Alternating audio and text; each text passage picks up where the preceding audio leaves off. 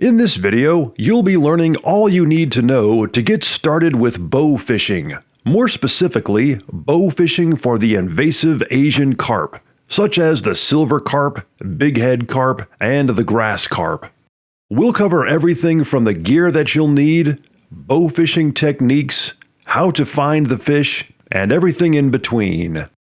This video will be substantially longer than the usual 3 minutes or so, but I wanted to cover all the bases, so I hope you don't mind.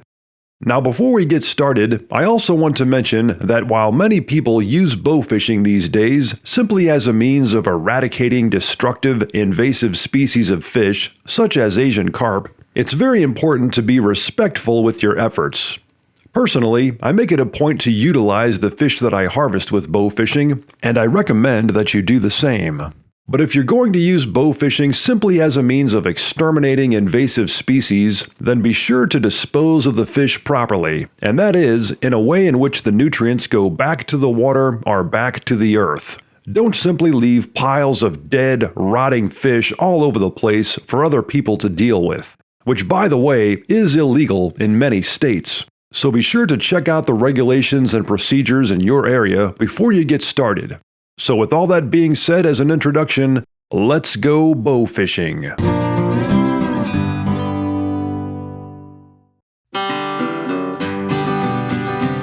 One of the most fun, effective, and challenging methods for harvesting Asian carp or similar species of fish is that of bow fishing. In recent years, since the Asian carp population explosion, bow fishing has become wildly popular. It can be done from a large boat, a canoe or kayak, or on foot, stalking the shorelines. No matter if you're fishing from land or on the water though, bow fishing is basically done by first spotting the fish, then accurately shooting a specially designed arrow through it, and finally, successfully landing it, all of which can be quite challenging. In this video, we'll take a look at the basics of bow fishing, specifically in regard to Asian carp. We'll look at everything from essential gear to proven bow fishing tactics. Before we get into the specifics of bow fishing, let's first take a look at the fish themselves, in this case, the Asian carp. Now, I've done many other videos on Asian carp, and I've written a complete guidebook on the subject that goes into much greater detail. But to offer a quick overview, there are 4 species of Asian carp: the silver carp, the bighead carp, the grass carp, and finally, the black carp, all of which are a major threat to native fish populations and wildlife habitat and are currently causing unprecedented ecological chaos. The black carp looks similar to the grass carp, but is the least prevalent and most elusive of the 4 Asian carp species. Black carp are primarily bottom feeders who eat mussels and snails. Thus, unless they're hanging around in very shallow water, they're usually not a major target for bow fishing. The silver and bighead carp, whose population equals that of a biblical plague, are one of the primary targets for bow fishing. As filter feeders, the silver and bighead species tend to hang out in shallower depths, sometimes right under or even on the water's surface as they feed on plankton, which makes them fairly easy to spot in the right conditions. Finally, the grass carp, who can eat up to 2 to 3 times their body weight a day in aquatic vegetation, resulting in massive native fish and wildlife habitat destruction, is another primary target for bow fishing, as they regularly hang out in very shallow water and often right along the bank. The best time of year to bow fish for Asian carp is the late spring and summer months, as the fish tend to move into shallow water to feed and spawn. Bright sunny days with little or no wind are generally the best, as those are optimal conditions for spotting the fish.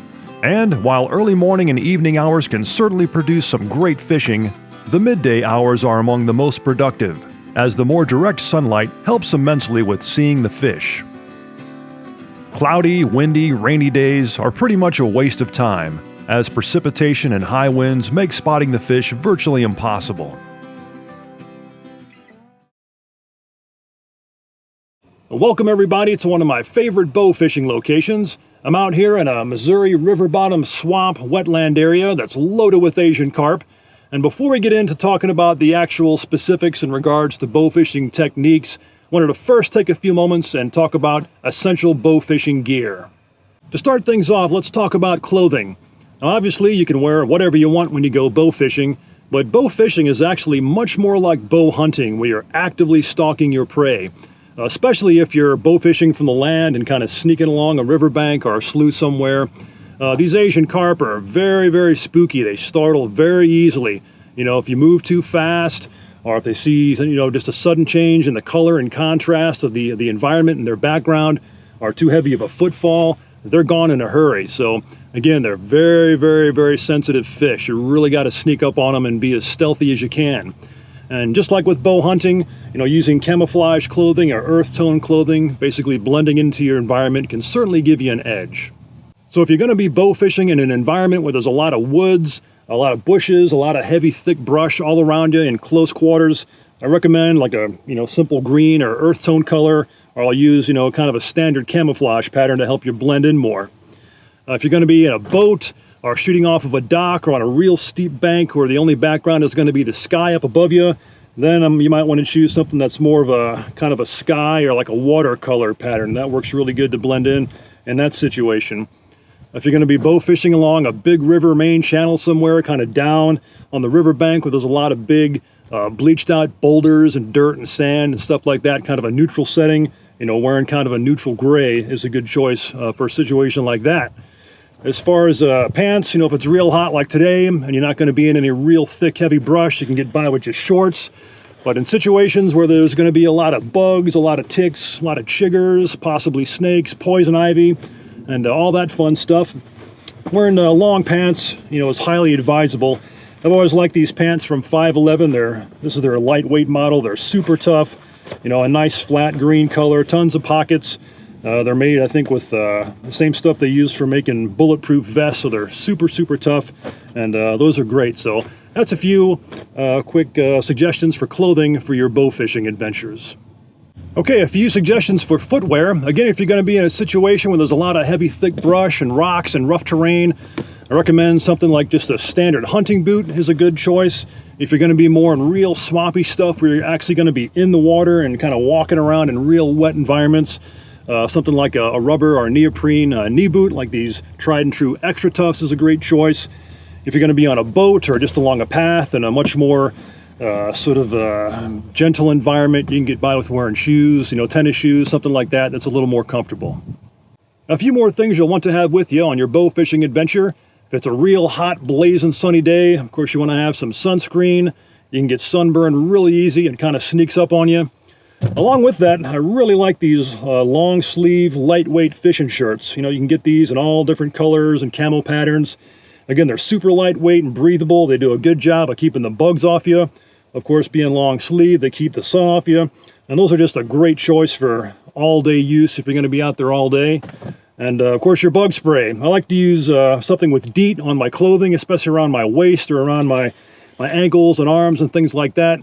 For my actual skin, I'll use a non-DEET based repellent, which is of course a lot healthier for you, but most bow fishing environments are loaded with bugs, so you'll not want to forget your bug repellent. A few more thoughts in regard to clothing and protecting yourself from the elements on your bow fishing trips. A hat is always a good piece of equipment. I'll wear a wide-brimmed hat on a real blazing hot sunny day, again, to keep the sun off my ears and off my neck. Again, it can really sneak up on you and burn the heck out of you after a while. And something that's vitally important, it's absolutely essential, is to have a good set of polarized sunglasses. Polarized lenses are absolutely essential for cutting through the glare on the water surface so you can see down a little bit deeper and spot those fish. Here's a few more things you might want to have along on your bow fishing adventure. A backpack cooler can always come in really handy. If you're going to be hiking or walking into your bow fishing location or taking a canoe where you're not going to be able to bring along a big heavy-duty cooler, or maybe you don't have access to a live well, a backpack cooler is a great choice. You know, you can load this thing up with a couple of ice packs and put your fish fillets in, you know, a couple of big heavy-duty non-scented garbage bags, and you're good to go. You're a walking fish processing plant. And along with that, I keep my more essential gear in a separate dry bag. And what I have in here is everything I need for processing Asian carp right there on the spot. And that includes, for one, a fish club. After I arrow my fish and bring them to shore, I like to knock them out and dispatch them immediately using a fish club. And after I knock them out, I proceed to cut their gills, so I always have a good sharp fillet knife with me. I did a whole video about this a while ago about processing and cleaning Asian carp. I'll leave a link to that in the video description. But it's really important to bleed out your fish. No matter what kind of fish it is, when you bleed them out immediately, you're going to get a fantastic, delicious, and just a much higher quality fish fillet than if you don't bleed them out. So I really highly recommend bleeding out your fish. And again, to do that, you just knock them out immediately, dispatch them, slice the gills on both sides, and then put them on a stringer for about 10-15 minutes. So I always have a nice stringer with me, put them on that, put them back in the water for 10-15 minutes. After they bleed out, I'll then fillet them immediately. And in the field, I don't worry too much about doing a perfect job. I just kind of fillet them as best I can, put them on ice in my cooler, and then I do kind of a more, detailed job when I get back home. A few final things in my bag of tricks here. I like to always have a mosquito head net with me. Sometimes you're in a situation where the bugs are so bad that your insect repellent does no good at all at keeping them away. So in that case, nothing beats a little $5 head net. It can save you an unbelievable amount of misery. And let's see, along with that, I like to bring along my handy dandy scale and measuring device. You know, if you get those really big monster Asian carp, it's always fun to kind of weigh them and measure them. And I've got my woodland toileting kit in here in case nature calls.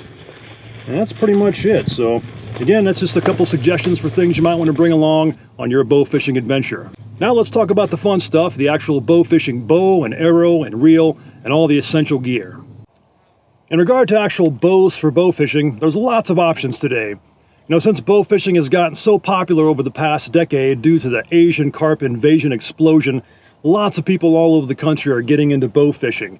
And as a result, a lot of archery manufacturers now make complete combo kits with your bow, your bow fishing reel, your arrow, all your accessories in one handy dandy package. But if you're not quite committed yet and don't want to spend the money on a complete bow fishing package, there's some other options available. And one of those is to get either a used compound or recurve bow off of eBay. There's hundreds, if not thousands, of used bows out there that you can use for bow fishing. I got this one for like 40 bucks. You know, the string and the cable was in good shape. You want to make sure it's the right draw length and the right poundage. But once you have those the basic information down, you can get a bow that will fit you and then fit your shooting needs and your body structure. Again, very, very cheaply. You're going to be needing a bow fishing reel for your bow fishing bow. And these come in different models and different styles. There's your more old school style, which is just a big kind of open spool that you attach to the front of your bow. And these are a popular choice for people who shoot recurve bows, who are going to be shooting at fairly close distances. They do seem to impede your accuracy some just because of the way the string comes flying off this huge spool. More popular choice these days, which a lot of people are using, is the bottle style of reel. There's about 20 to 50 yards of 200 to 400 pound nylon string in these. And you attach this to your arrow, hit the release button kind of like a standard fishing reel. Upon the release of your arrow, all goes flying out. Then you just kind of crank it in like a regular fishing reel. And there's a few other different designs out there as well. Again, it's just a matter of preference and a matter of how much you want to spend on your bow fishing setup. Next on the list in regard to terminal gear is your bow fishing arrow. Now, a bow fishing arrow is not like a standard arrow that you'd use just for target practice or for bow hunting. A bow fishing arrow is a solid chunk of fiberglass. They're very heavy. As you can see, there's no vanes or no fletchings on the end of this. And the way these tips work, see if I can get close up here. Most of these bow fishing arrows have a screw-on tip with this enormous barb, and the tip comes off. So you want to put that on there. And once you shoot your fish, ideally, of course, it goes all the way through your fish. And upon retrieval, those barbs, catch on the end of the fish. And of course, you can't yank too hard. Just like fishing, you got to kind of do a, sort of a tug-of-war game. Don't want to pull too hard. Don't want to pull too light. You got to bring in your fish with the right amount of pressure. So they don't. Sometimes they actually do come off. So you got to be aware of that. But once you get your fish secured on the bank, to release the arrow, you take off that tip, reverse the barb, and then it'll come right out of the fish. So that's sort of your typical designed for bow fishing arrows. And also, the more up-to-date modern bow fishing arrows have this slide mechanism. And highly recommend making sure your arrow has a slide mechanism. Back in the olden days, people would just sort of tie a string to an arrow like this and fling it out. And sometimes it would come back. Sometimes it would cause all kinds of accidents. The sliding mechanism really ensures a safe, accurate release of your arrow. So make sure your bow fishing arrow rig has a safety slide mechanism. One final very important accessory for your bow fishing setup is to have the proper arrow rest for your bow. Now, most arrow rests that are designed just for target shooting or bow hunting, they are kind of spring-loaded, or they have kind of the whisker biscuit. They don't have a real heavy, strong means of support. So these ones that are designed specifically for bow fishing, it's a real heavy-duty, no-nonsense style rest. I use this one from Muzzy, I think. It keeps your arrow in place. But you want to make sure you've got the proper style of bow fishing rest, one that's designed specifically for bow fishing. So that's an overview of the essential things you'll need to get out there and start bow fishing. And it is getting hot out here. I'm starting to sweat like crazy, so let's get out to the water and we'll talk about some more actual bow fishing tactics. The first step in bow fishing is to spot and clearly identify your target. But before that, you need to know where to go fishing in the first place. If you don't know where some potentially good locations may be for bow fishing Asian carp in your area, a quick call to your local conservation or fish and game department will most likely provide you with a wealth of information. It's also good to check on what areas are open to bow fishing, as there are restrictions in some places. So once you have a potentially good location for your bow fishing efforts, it's time to start looking for the fish. As I mentioned earlier, Asian carp are extremely wary and startle very easily. So when you're scouting around for fish, move very slowly and very quietly. And be sure that you have a good pair of polarized sunglasses to be able to better spot the fish under the surface of the water. Asian carp can be difficult to spot, as they often live in muddy, rather turbulent water conditions. So first of all, begin your fish scouting efforts in areas where the water is fairly calm and somewhat shallow. Now, if there's good visibility, or at least some clarity to the water, and there's not a lot of wind disturbing the surface, you'll be able to see the fish fairly easily if they're around. But you'll also have to be patient. When you find a potentially good spot, stay put for a while and wait and see if any fish move through the area or surface before heading on down the line. What you'll be specifically looking for when trying to spot Asian carp, especially in not-so-clear water conditions, are the telltale signs of fish feeding, moving around, or holding fairly close to the surface. Now, this might only look like a dark, submarine-like shape slowly rising up or going down, and it's sometimes accompanied by pulsating, concentric rings made by the sucking motion of the Asian carp while they're filter feeding or eating vegetation. On other occasions, you might only be able to spot the fish by a long, dark sliver of color moving through the water, which is the top of the fish's back. Another means of spotting the fish is what's known as ghosting, which is when a relatively quick, pale, or silvery color flashes under the water when the carp are moving around. So again, be patient and really spend some time analyzing the water. Let me also offer a very important word of caution in regard to spotting Asian carp, and that is, it's critical to clearly identify your target. In muddy water where the fish are hard to see, keep in mind that other species of fish, along with turtles and even diving and swimming waterfowl, can be the source of those underwater manifestations, dark shapes, and flashing colors. So don't take a shot unless you're 100% certain that it's a target fish. Like any other outdoor skill, the more you bow fish and spend time in Asian carp country, the easier and more accurately you'll be able to clearly identify what you're looking for. A final option for clearly identifying Asian carp in stained water conditions is to fish at night and use a bright halogen spotlight. The intense light significantly illuminates the water, making it very easy to spot and shoot your target fish. As I mentioned earlier, a great way to stack the odds in your favor when bow fishing for Asian carp is to use camouflage clothing. An additional method for minimizing your presence and significantly silencing your approach is to bowfish out of a canoe or a fishing kayak. When quietly gliding along in such a vessel, you can often float right over the top of entire schools of Asian carp, even in shallow water, and not startle them at all, or at least startle them very little. Now, when it comes to actually taking the shot, keep in mind that the diffraction of sunlight hitting the water causes an optical illusion of the fish being shallower than it actually is. That being the case, you have to always aim low. Keep in mind, too, that once you let that arrow fly, whether you connect or not, all the fish in the area will most likely disperse instantaneously. So after the shot, you'll most likely have to let the carp regroup for a while, which they often do eventually, or the other option is to move on and hunt down another school of fish. As far as suggestions for connecting on fish regularly with your bow and arrow, practice is the name of the game. Whether you shoot with a sight on your bow or instinctively, that is, with no sights, repetition leads to consistent success. Again, like everything else in life, the more you do it, the better you get. One easy way to sharpen your bow fishing skills is by taking practice shots on small sticks or leaves or any other kind of debris that may be floating around in the water and makes a good target. Just make sure you're not target practicing in an area where there's a lot of big rocks, which will no doubt damage your arrow or at least greatly dull your tip. Another suggestion is to throw slices of wheat bread in the water for your target practice, which may also help to attract the carp into the area when the bread eventually breaks down and dissolves.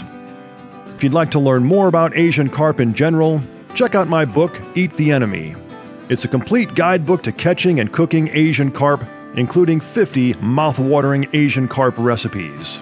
To order your copy today, click on the link in the video description below. If you'd like to see more videos like this one, be sure to subscribe to this channel and check out the 3 Minutes Outdoors website at 3minutesoutdoors.com.